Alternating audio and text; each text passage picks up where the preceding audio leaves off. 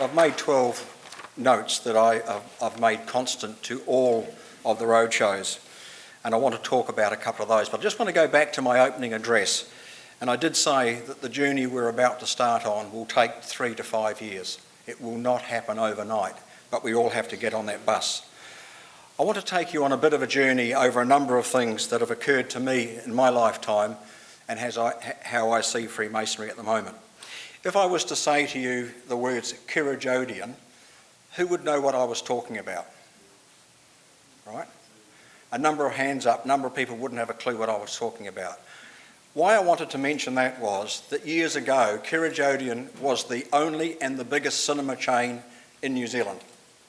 When you went to a movie, you went to a Kirrajodian theatre. There was one or two amalgamated, but you went to Kirrajodian. The one you see on the screen was in Christchurch, and that was in the square, huge theatre complex. And if you look at the auditorium that's there as well, it held 2,500 people. And it was a regular thing. If you wanted an ice cream while you're at the movie, you went to the Nibble Nook. Who remembers that? And your ice cream was made during the afternoon during the matinee show and was so hard because they refroze it that you couldn't eat it anyway. And your choice of sweets was either the Jaffas or something else or whatever the case might be. But you could not go anywhere else. You had to buy from that Nibble Nook, and somebody came into the theatre at half time with a tray around their neck and you got charged an arm and a leg for it. That was the cinema experience. Then what happened? You had VHS tapes came out. So people started to go to the corner shop and hire a VHS tape. That started to cripple the cinema industry, but they stuck with these complexes. The next thing that happened was DVDs came out. But I ask you now, where are the DVD shops? Who's got Netflix at home? Who's got all the other ones that go? They have evolved. Kirrajodian fell over because they did not change. But the new breed of cinema came on, and this is what you have now. And this is in Christchurch that takes over from where the Regent Theatre was. That cinema has 7 or 8 cinemas within it. To get your food, you walk through a food court where you can pick the lot, you can smell the popcorn and the lollies and the jam, it's all there for you. But on the ground floor, there is restaurants galore, from a burger to a steak to Asian foods or whatever. But the end result is exactly the same. You go to the movies. John Wayne might not be there anymore, but you go to the movies and the experiences are different. And the 2,500 people theatre has gone, and the smaller ones there are intimate, and you can take your food in there and sit there, and I would assure you that in some cases the experience is better than what you've got at home. And that's how the cinema's evolved. It's about change and adapting. Don't do it, you're history. So we're on a bit of a journey. So I've got 12 points that I'm going to talk about. Firstly, giving of charges. In Auckland, I learned of a new expression, jellyfish. The jellyfish people were Freemasons that go to a lodge meeting and do nothing, sit on the side, because everybody else does it. Somebody made the comment before about the same person giving the same charge, the same time, and all the time. Well, I'm going to tell you about one of my experiences as Grand Master. I was invited into a district, and it wasn't in the South Island, so no worries there, Pat. Mind you, I've said that in all divisions, so you don't know where it was. I was asked if I would like to do a charge at this installation I was going up for, and there were some other events taking place. And I thought I would do what I'm comfortable with, because every district's different and the ritual's slightly different as well.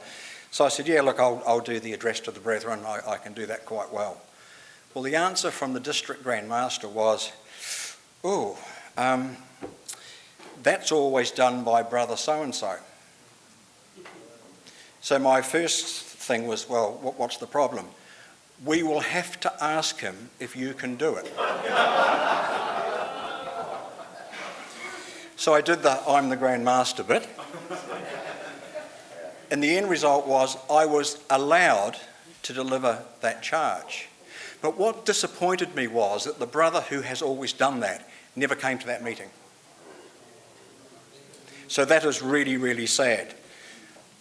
My next comment is, and some of you in Christchurch will know this, and I'm not doing this in any disrespect, But Most Worshipful Brother Ray Duncan, when he was an active Grand Lodge officer, could deliver just about every charge that you wanted and do it well. There was a night, and it was in Sumner, I think it was, before it was Unanimity Sumner, where he got up to do a charge and he could not get it going. And he was so deaf that no prompting or anything could help him. Ray got remembered on that night for the way he fell over in delivering a charge, rather than the 20 or 30 or 40 or 50 years that he had as a Freemason and a brilliant career. We did not do any service to him by recognising that it was getting beyond him. So we need to be more flexible and look at how we do things. Another question's come up. Somebody said to me in Auckland, I think it was in Whangarei, what is your opinion, Grand Master, on showing candidates inside the lodge room before they're initiated? And I said, on 7 Sharp, I just showed the whole world what a lodge room looks like. The secrets are not in the lodge room, it's in the ceremony and the process. So get a grip. The lodge room is not a place of mystery. It's a process of becoming a Freemasonry and what we instill in people to actually do. Newer members in Freemasonry need the opportunity. And I take on board, Jim, your comments about learning a charge from beginning to end. And I think that's what we all aspire to, but not everybody can do it. But I can tell you that everybody makes mistakes. Everybody has a moment. And I had a moment the other day in another lodge, doing the address to the brethren again, where I got lost in the middle of it. And I turned around and asked who the prompt was. And the answer was, it's the Senior Grand Lodge officer present.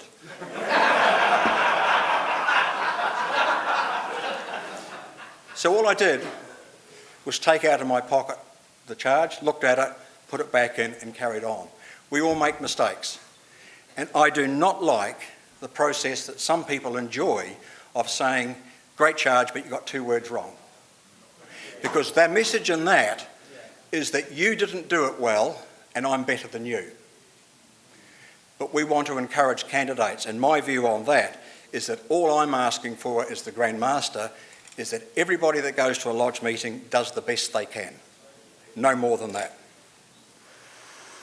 Facebook pages came up and lodge websites. Quite interesting. I get the lot. I get the opportunity to join so many it just gets beyond a joke in the end. But I have seen so many Facebook pages that were last updated 3 months ago, 4 months ago, last year or whatever. If you're going to embark on some sort of Facebook page or whatever you do, keep it up to date. Keep it up to date. My next beef, and I'm going to apologise to my own lodge here because I saw it happen the other day. And I said I wasn't going to say it, Mark, but I'm going to say it because I got the floor, which makes it interesting. If you invite visitors to your lodge to be received at 8 o'clock, then that's the time you admit them into the lodge room, right? Not 20 past 8 or whatever. Because in my book, that is the same of me inviting you to my place for dinner at 6 o'clock than telling you we're not quite ready, stand out by the garage and I'll let you know when the wife's got the roast out of the oven. If you're saying to people, come to my lodge, and we want you to come to my lodge, and we're going to receive you at 8 o'clock, stuff it. 8 o'clock it is. That's what you do. Yeah. The answers to a lot of our issues lie in this room. The answers that you've given and the options you've given have come up at every one of the roadshows that we've done. There is the opportunity for change, and we're going to go down that path of change. What is important to me is that we say what we do what we say we do. If we're going to look after our membership, then we need to look after our membership. We need to treat them with respect and make sure that we give them the opportunity to do the best they can.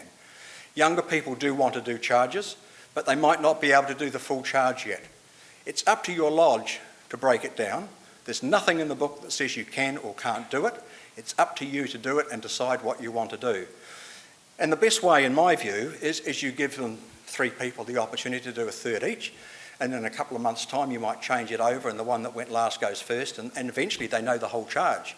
And the moment they can deliver that whole charge on their own without a prompt, they'll be over the moon. But it's about mentoring and take them there on that journey. Does anyone listen to Talkback Radio? Marcus Lush Nights, anyone listen to him? Yeah. You either like or hate Marcus. Sometimes both. Both, yeah. There was a night on his session, and it was just a short while ago, where he had the question, Freemasons make good men better, how do they do it? That was the simple question. I listen to it as I go to bed, so I turned the radio on and it had me wide awake straight away. I was petrified that somebody would ring up that said, I'm a Freemason, and would try and justify it. It's like the elevator pitch we talked about before. And it went on and on, and he kept saying, how do you do it? Nobody could answer the questions. You got the ridiculous stuff. One chap from Nelson rang up and said, my next door neighbour's a Freemason and he's invited me to become a Freemason as well. But do you know that they wear nothing underneath those aprons that they wear? National television, away it goes. But I have to say that the best answer to that came from a widow who rang up and she said, my husband was a Freemason for over 50 years, and when he passed away, the Freemasons have looked after me, they've mowed my lawns, they helped me paint the house, and I've never wanted for anything. And the only disappointment she had that she'd never seen inside a lodge room. But she liked what Freemasonry had done for her. So my question is, why don't we take people into the lodge room? So I did a dedication to the new facilities in Invercargill the other day, and we changed Pat, didn't we? Said, right, I'll do the Masonic side of it, I'll adjourn the lodge, and we'll invite the ladies in, and then we'll do the dedication of the lodge rooms, they can be a part of that. Ladies went out, and I resumed the lodge, and we closed the lodge at the end. Those ladies were over the moon, because some of them said, it's the first time we've seen them inside a lodge room, and we like what you do. I can see why my husband wants to come along to a lodge meeting. So there's ways of doing things a bit different. But I took Mark, our executive director, to see the old lodge rooms in Invercargill. Has anyone seen them? Don't go and look at them again because you'd be ashamed. It's been sold, it's covered in weeds, and it looks blinking awful. And the big sign outside the front says, I think it's Southland Masonic Centre, I think, with the words on it, and it looks awful. So I said to the lodge there, can you put a sign up the front to say, we've moved, and they're going to look at doing something like that. But in the centre of the city, that's what people see Freemasonry as. A blinking awful lodge room, overgrown with weeds, and I think even the windows, some of them were broken, I think from Mark, from memory, some of those things there as well. Just a couple of things. The myths in the lodge room die. Let me be frank, they're a load of rubbish. They are an absolute load of rubbish. Traditions in lodges generally come from somebody making a mistake and justifying it by saying we always do it that way. All right? There's nothing in the book that says you have to move people 1, 2, 3 at a time. There's nothing there at all. If that was formed by the lodge, then the lodge can change it. And it's just a matter of getting the people to actually do it. When Grand Lodge goes into a room, the DC takes 6 or 7 people around the lodge room. It's a load of rubbish, and we've got to get rid of those sort of things as well. It's like saying to be a Freemason, you have to ask your proposer 3 times. Where did that come from? If I had to ask twice to join an organisation, I'd give up. Why 3 times? Masonic Freemasons do things in 3s. It's a load of rubbish. The other comment, and this is probably a rather interesting one, I was in Alexandra the other day, Pat's area, and he knows I'm going to say this, but don't take it the wrong way. We're talking about Freemasonry and the messages that we're giving. They've got a sign on their door, which you can see as you're in refectory, and it says, the last one out, please turn out the lights. What's that really mean? Are we closing down? The message really was, save the pound, make sure you've turned everything off, but it was probably the wrong thing. So look, I'm on a journey of change. I think there's some good stuff that's coming out. I've talked about bullying, and I've talked about a range of things that we need to do. I will not tolerate any bullying in the lodge room or outside the lodge room. I've got a good working relationship with the Royal Arch Order. It's recognised by the Freemasons, and I won't tolerate anyone bagging one order or the other. Where you hear people say, if you can't make it in the blue lodges, you'll make it in the red and vice versa. That is a load of rubbish and has to stop. It's all about being Freemasons because we recognise each other, and if we don't change our culture in some of those areas, then we've got no show. So I'm on a journey of change, and my next question is, are you on that journey with me?